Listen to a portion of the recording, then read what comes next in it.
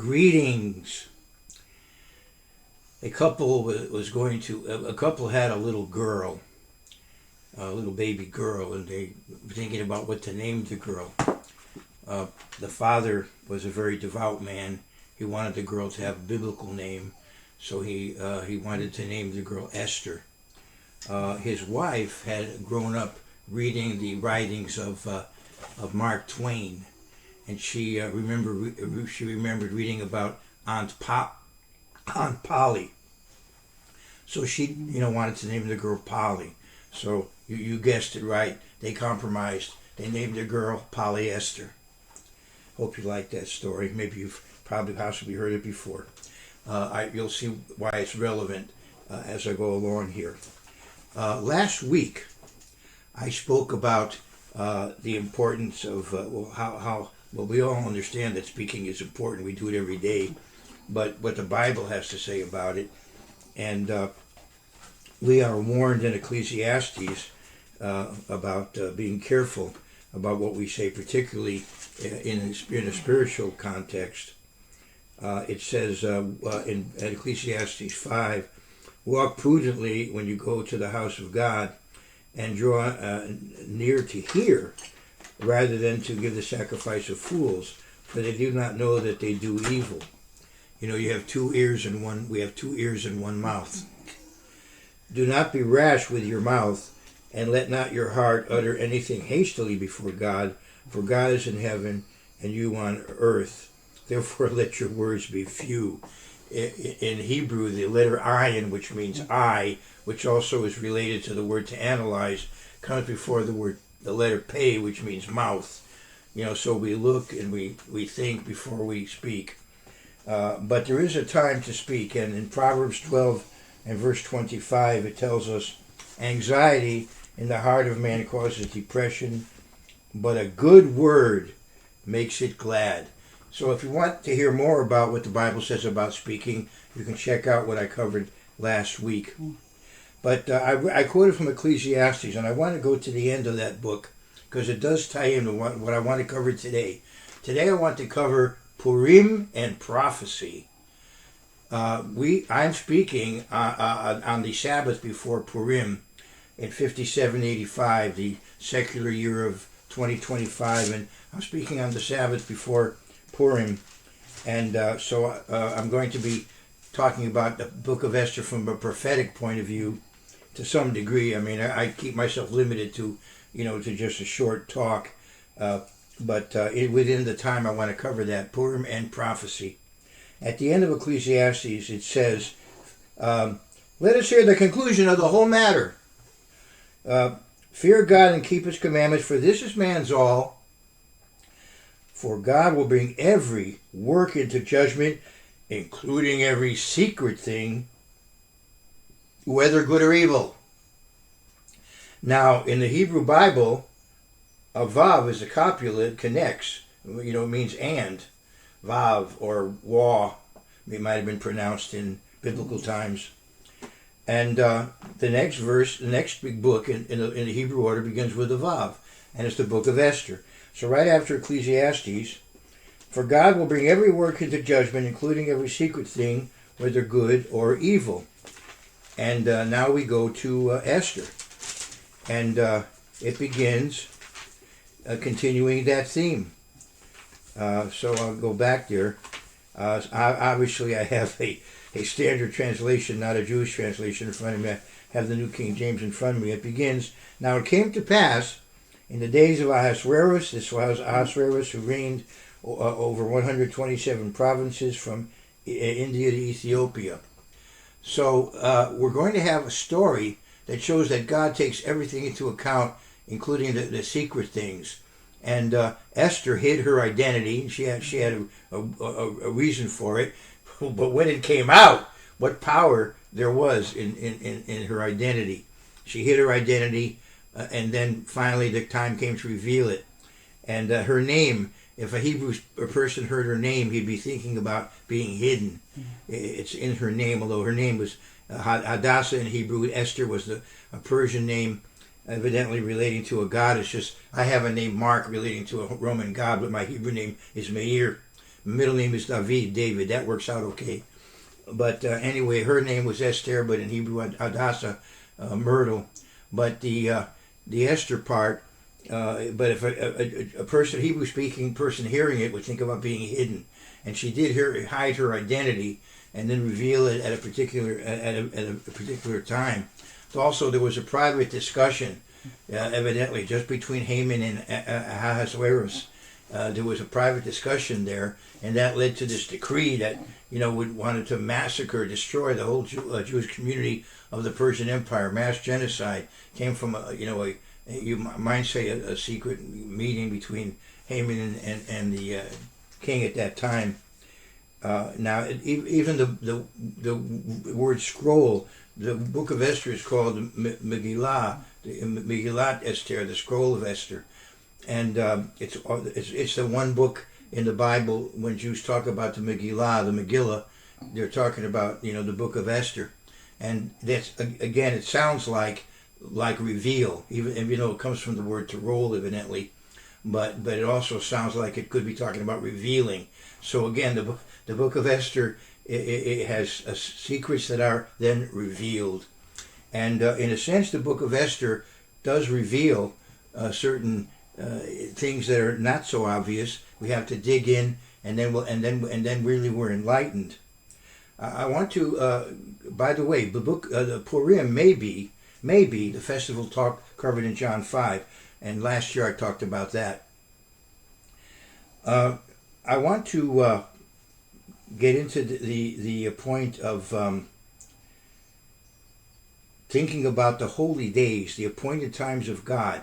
There's the weekly Sabbath, and then there's the annual festivals and the annual days of rest. And they picture various points of God's plan of salvation. It's very important that Christians keep those days as a way of directing their thinking towards God's plan of salvation. But it's interesting, there are specific Jewish holidays that come after the Holy Day season that give us more detail about prophecy. You might say the icing on the cake, a little bit more information that we get from those holidays. And so after the festival season, we have the 9th month comes up, and we have the festival of Hanukkah, the Feast of Dedication, which you find mentioned in John 10. And Hanukkah reveals, Hanukkah is based on a historic event that was prophesied and then happened. But it also points to an event that will yet happen. So the festival of Hanukkah, if we understand the history and the background of why there is a festival of Hanukkah, it foreshadows climactic events that are to occur before the second coming of Christ. So as we delve into Hanukkah, it really deepens our understanding, or makes us more alert to be thinking about events that will occur before the second coming of Christ. Then we come finally to the end of the ecclesiastical year. We come to the 12th month, and the middle of the 12th month, 1 month before the beginning before the Passover season. And we come to the book of Esther, and this is prophesying about events that will occur actually post the not post-millennial, yes, post-millennial in a way. Yeah, some of the events pictured are post-millennial, but some of them are within the millennium, but fairly soon after the second coming of Christ. Not actually before, but after. So Purim pictures a tremendous victory. It looked like the Jews were going to be completely wiped out, and they wind up very, very influential at the end of the book. Now the book reminds us they're still in exile, but yet it's one of the highlight times of their exile, and it pictures that final victory of God's people, the victory of Jesus Christ and the saints. Jesus Christ, of course, is Jewish, and the book of Esther pictures the victory of the Jews over their enemies, and of course the church are Jews spiritually.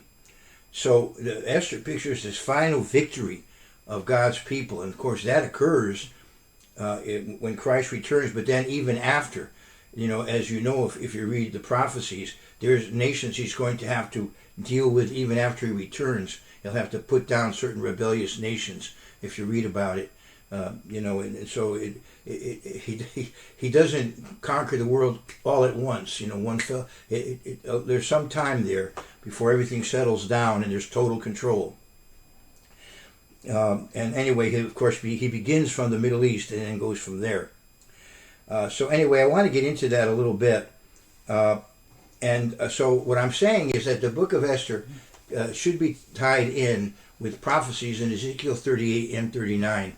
These are events that will occur after the second coming of Christ. And so it's a final victory that then ushers in about 1,000 years of peace. But then after that, there's a post-millennial, finally, the war to end all wars, that Woodrow Wilson wanted the First World War to be. The First World War, in a way, began a period of conflict that didn't really end until around 1990. But this time around, when it gets to the end of the millennium, we have a final battle that indeed will be a final war. There'll be no more wars after that.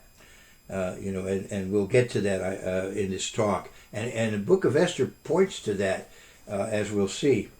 So let's kind of go between Esther and Ezekiel, and then we're also going to go to Revelation. So we've got a lot to cover, and whatever I don't cover, you can study into, and God willing, I'll have another talk that I'll give right after Purim. We have Purim, and then we have the Sabbath after, and I think that when the Sabbath comes after Purim, even Jerusalem, which normally keeps the second day of Purim, they'll probably have their main celebration before the Sabbath, or it may be that a lot of activity is going to be going on Sunday. Anyway, I'll review that and clarify that next time. But in effect, the whole long weekend, if you want to look at it that way, Friday, Saturday, beginning Thursday night, probably going all the way to Sunday night, will be like the Purim season.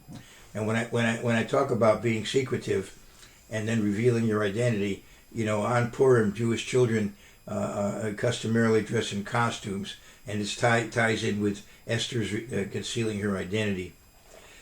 Anyway, I want to go to the book of Ezekiel, and you know that 10 nations, opposed Jesus Christ at his return. And then after his return, we have another coalition of 10 nations. Not a revived Roman Empire, but rather these are nations from Asia, far away from the Middle East, who come down. And there are 10 of them here, depending how you want to count them.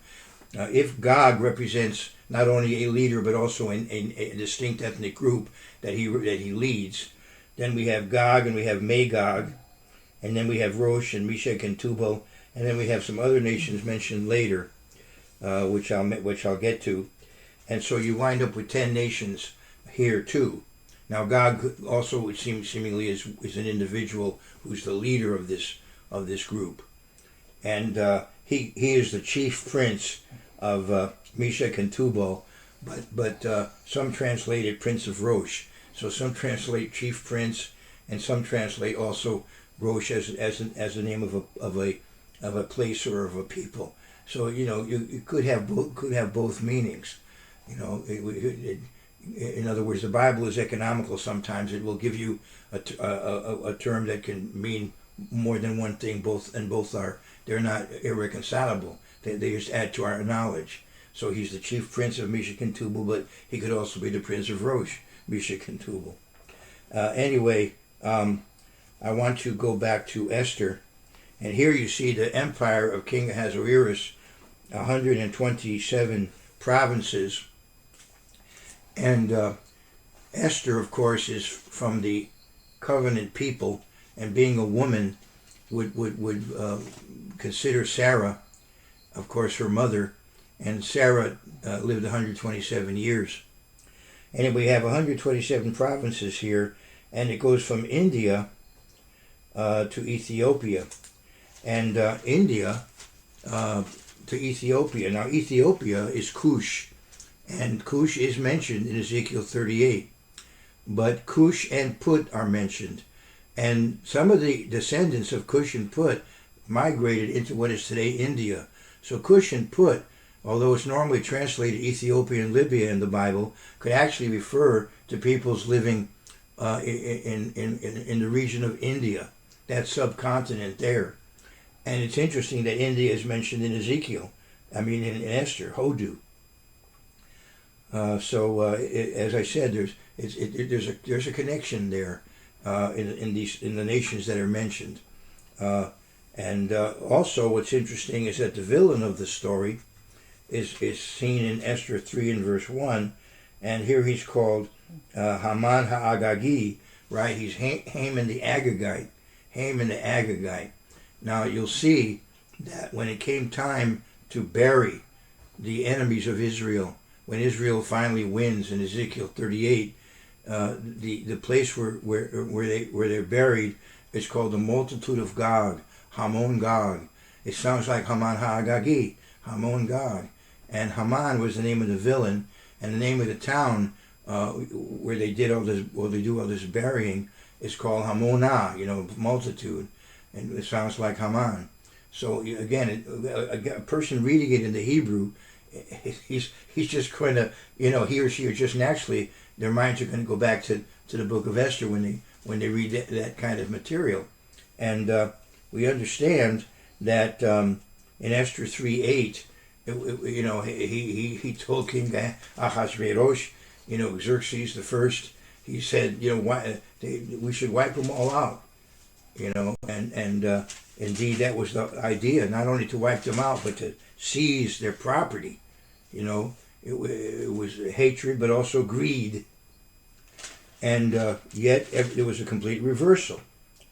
And Esther 9, it says, now in the 12th month, that is the month of Adar, on the 13th day, the time came for the king's command and his decree to be executed.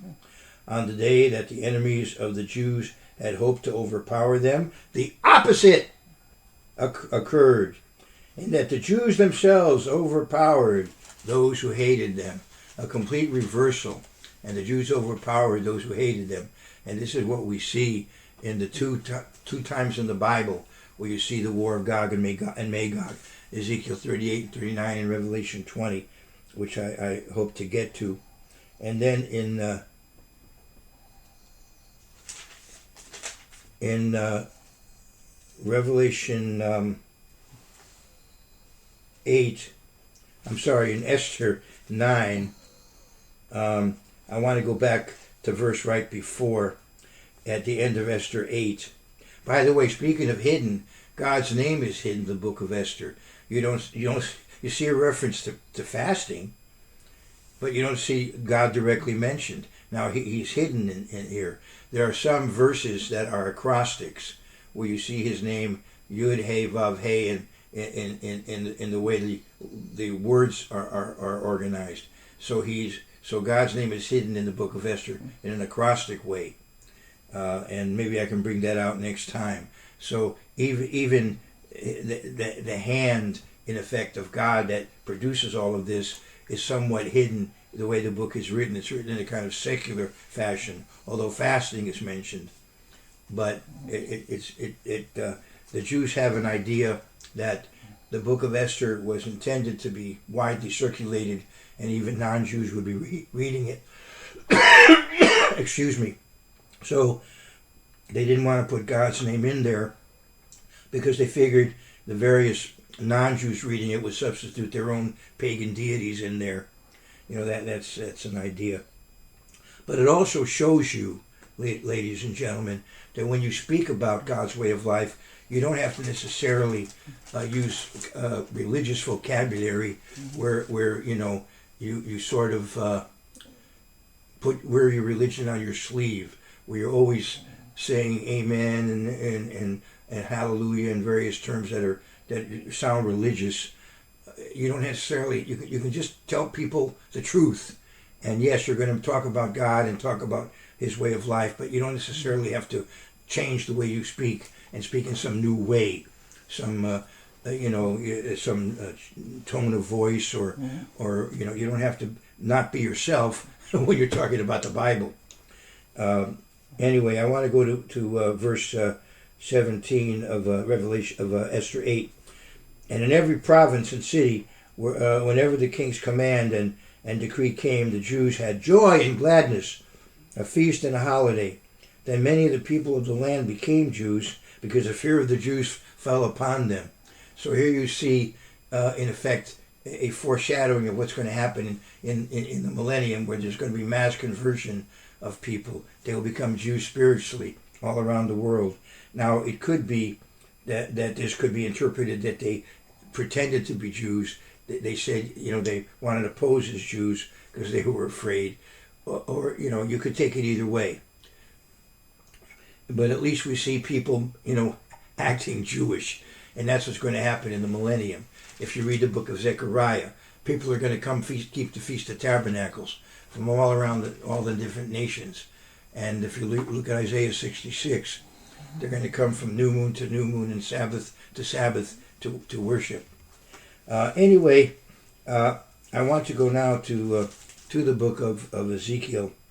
And I want to show you that the context of Ezekiel 38 and 39 is actually after the return of Jesus Christ. It's in the millennium. And so we have, as I said, when you read the book of Esther at the end, it's very powerful, it's very triumphant, and yet you still realize that the Jews, as great as their position is, they're still under Gentile rulers. So it's a type, a foreshadowing of what will finally happen at the return of Christ, when God's people will no longer have to worry about being, under somebody else's authority.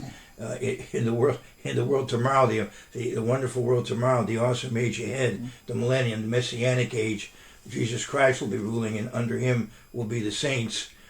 So no longer will God's people be under someone else's authority. They will be the authority.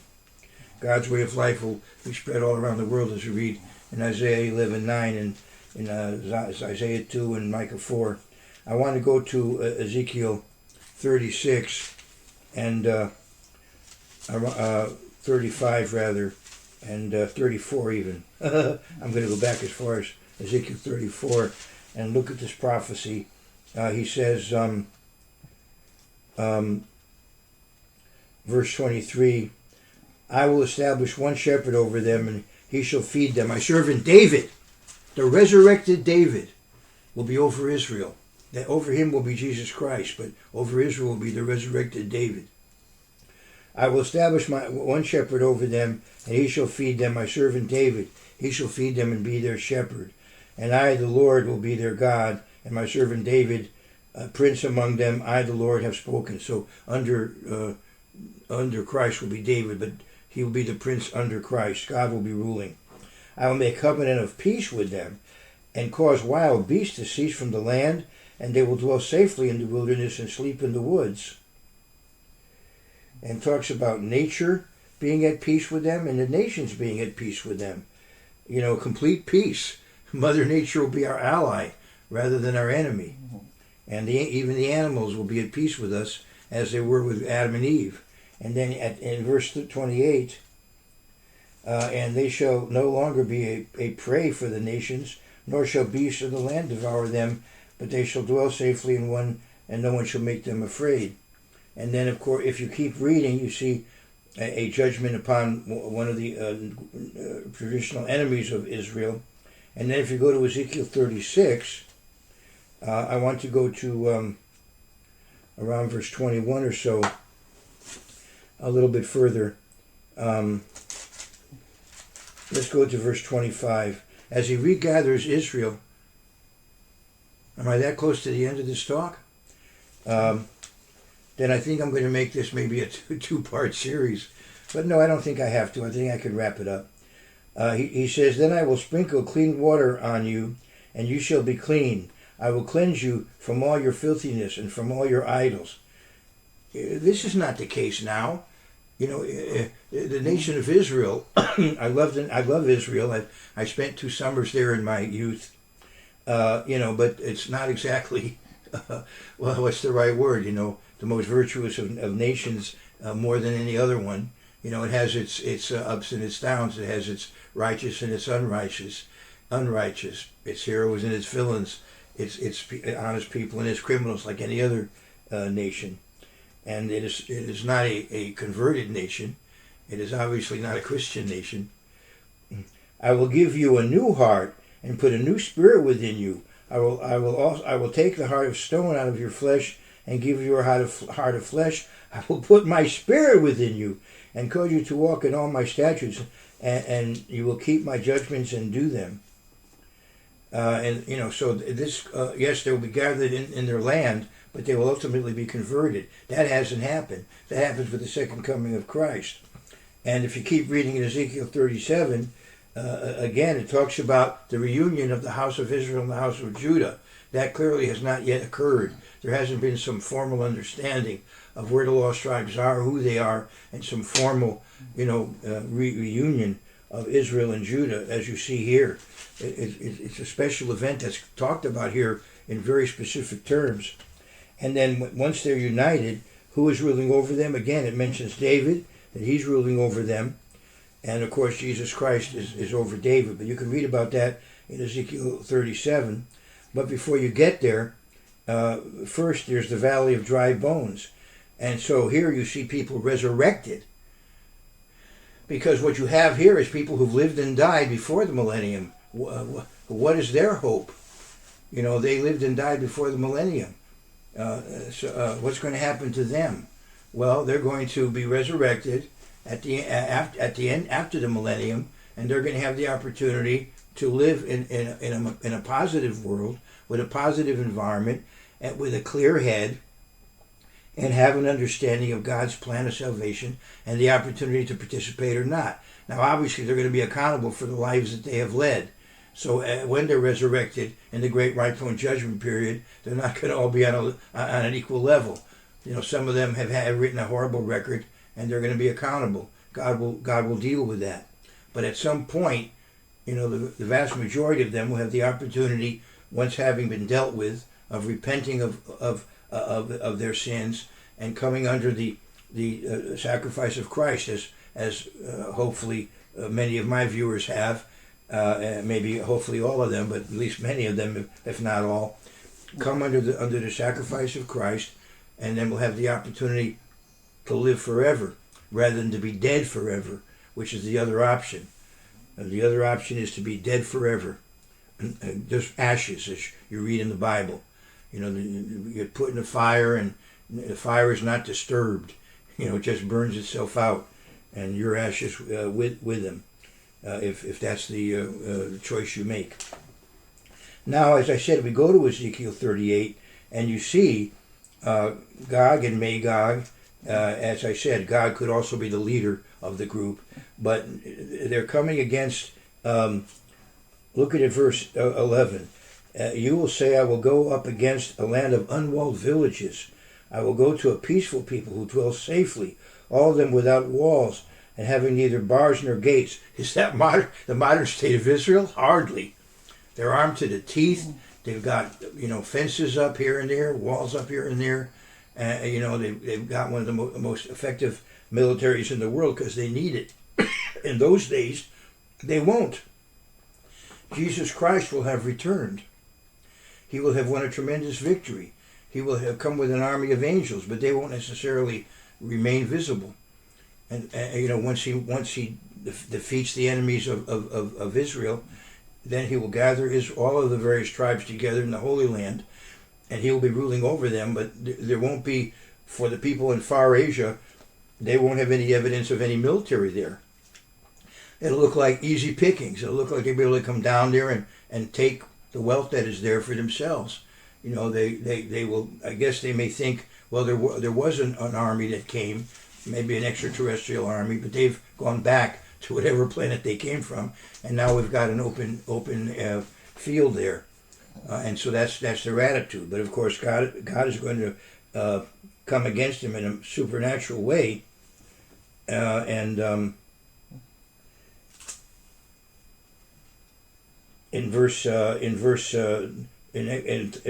Ezekiel 39, in verse 21. Ezekiel 38, verse 21. I will call for a sword against Gog throughout all my mountains, says the Lord God. Every man's sword will be against his brother. So these various nations coming against Israel will wind up fighting each other. And I will bring him to judgment with pestilence and bloodshed. I will rain down on him and on his troops and on the many people who are with him. Flooding rain, great hailstones, fire and brimstone. Like with Sodom and Gomorrah. And you'll see the same in Revelation 20 as I get there. And so we find in 19 of Ezekiel, 39 of Ezekiel, that as they bury huge numbers of people, it's called Hamon Gog, the multitude of Gog. And it sounds like Haman Hagagi, as I said, back in the book of Esther. And then it also talks about the name of the place, verse 16. You can go back to verse 15 and now to verse 16. The name of the city will be Hamona, and they shall cleanse the land. So then it talks about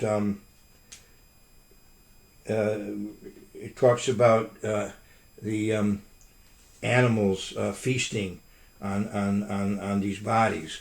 So a festival of sorts occurs, at least for the animal life.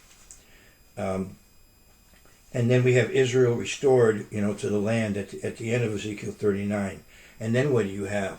You have 40 through 48. You have beautiful verses about the temple, about Jerusalem at that time. And also in Ezekiel 48, you have the distribution of the tribes. So clearly, this is the context is the millennium. The context is the return of Jesus Christ and the restoration of all things. And yet in the beginning, in the early stages of that, as when Jesus Christ returns for a period of time, I don't know, I could speculate how long, and I've done that at other times, but after his return, after a certain period of time, this final invasion occurs, and it's crushed, and now we do have a millennium, and we have peace, prosperity, true freedom, and we have the spread of the knowledge of God. We have a much greater triumph than what happened on Purim, but yet Purim foreshadowed it, and Purim occurred in what is today Iran, and Persia is one of the nations mentioned, that's coming against Israel in Ezekiel 38 and 39. Now, remember, as I said, this is not now. I'm in 2025. This is the future, and I don't know when it is. So I'm not speaking about current geopolitics. I'm talking about the future. But in Ezekiel 38, one of the powers that are mentioned here will be Persia. So I want to go back to Ezekiel 38 and find these other nations here. It talks about... this is in verse 5. Persia, Ethiopia, and Libya are with them, all of them with shield and helmet. It may be that Ethiopia and Libya are really Cush and Put and may represent Asiatic peoples rather than African peoples. And also, if you read about it here, they're coming on horses. Is that literal? Well, maybe it is, because at that time in history, we will have already had tremendous wars and turmoil.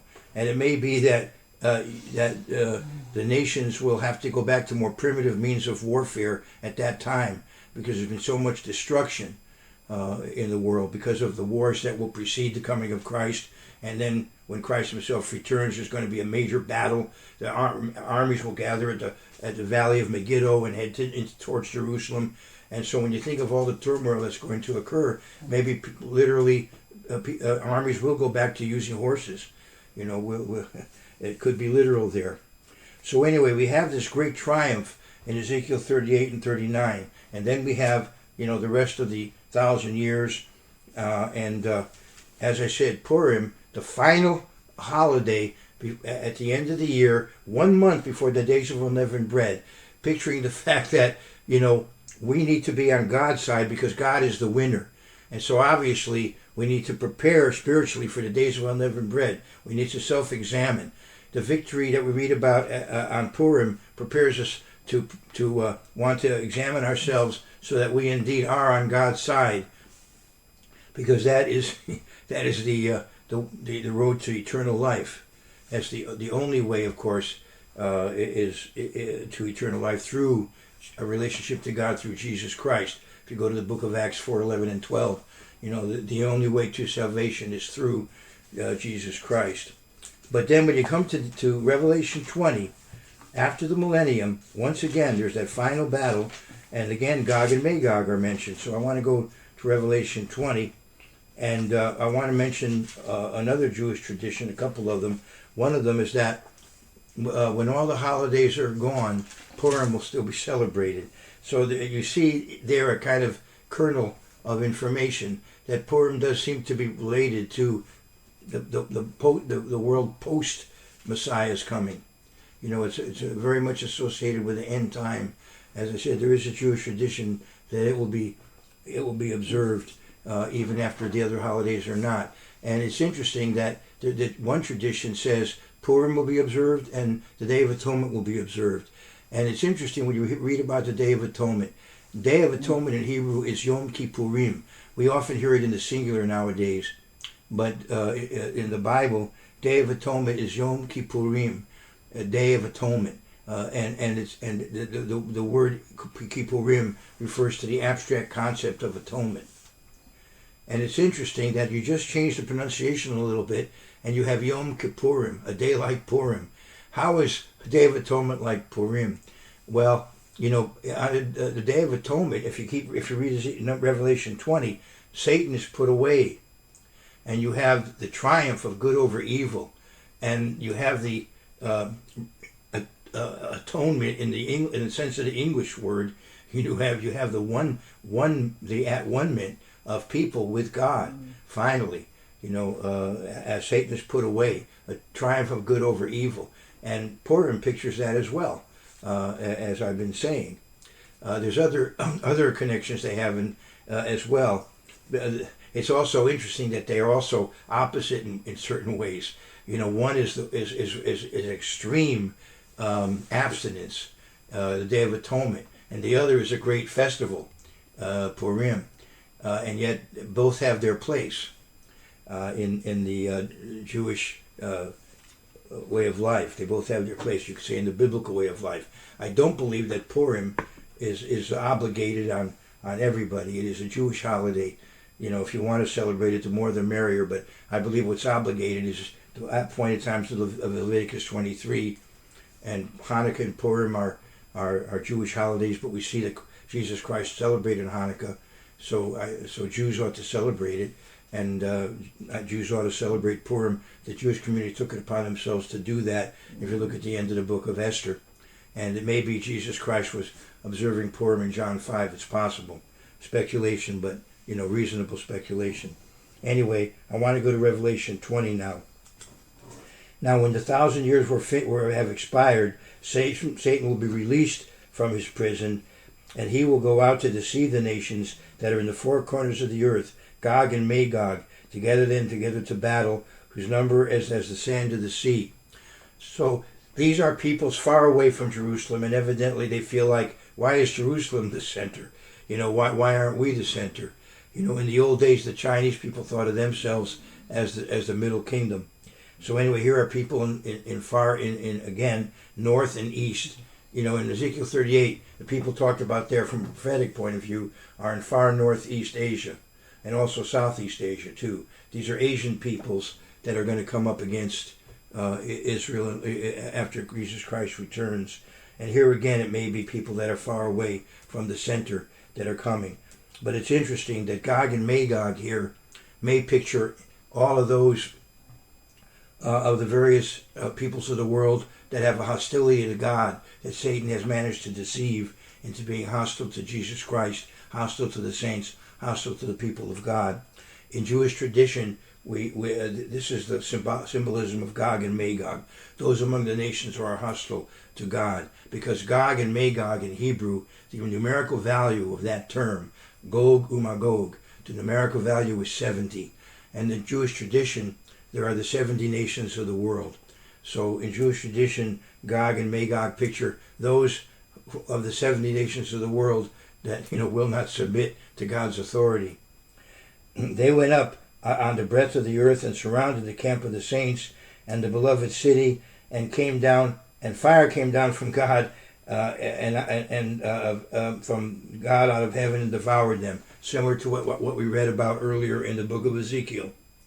And then we see that the devil is cast away, and his demons is implied as well, and that's the end. He has no more power ever. Period. It's the end of the demonic powers, the dark side. No more. That's the end. Period. And we have a world next. We have the great white throne judgment, and then after that we have the new heavens and new earth, and there no sin will exist in that world. So we have the final judgment after this great victory over Gog and Magog, and the final putting away of Satan and his demons, where they have no longer any power. Then we have the great white throne judgment in a world where, as I said, people can clearly understand what the options are, and there's be a positive reinforcement. During that period of time, those who never had the opportunity will have it then. They'll be responsible for how they've lived, because people are born with a conscience, and most societies have their philosophers who tell them you need to behave yourself if we're going to have a stable world. So they are accountable for their behavior. But on the other hand, it's not a matter of eternal life or eternal death yet. That happens to them now, after the millennium in this white throne period. Now, I know there's a lot to that, but I can cover that more as time goes on. So you have that final judgment, and then you have the new heavens and the new earth. And so that victory over Gog and Magog, over Satan and his demons, that final victory, that war to end all wars, that leads ultimately to this final judgment period, and then to the new heavens and new earth. So you can see why Purim is such a festive time. And so in verse 3 of Revelation 21, and I heard a loud voice from heaven saying, Behold, the tabernacle of God is with men, and he will dwell with them, and they shall be his people, and God himself will be with them and be their God. And God will wipe away every tear from their eyes. There shall be no more death, nor sorrow, nor crying. There shall be no more pain, for the former things have passed away. So you see, Purim points to that. Purim is the most festive holiday in the Jewish community. And so, as I said, it points to that. Then he who sat on the throne said, Behold, I make all things new.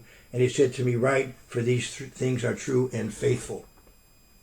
So I would recommend to those of you who are listening that around a month before the days of unleavened bread, to prepare yourself for the days of unleavened bread, you read the book of Esther, and remember that you need to be on God's side, because God's side is the winning side.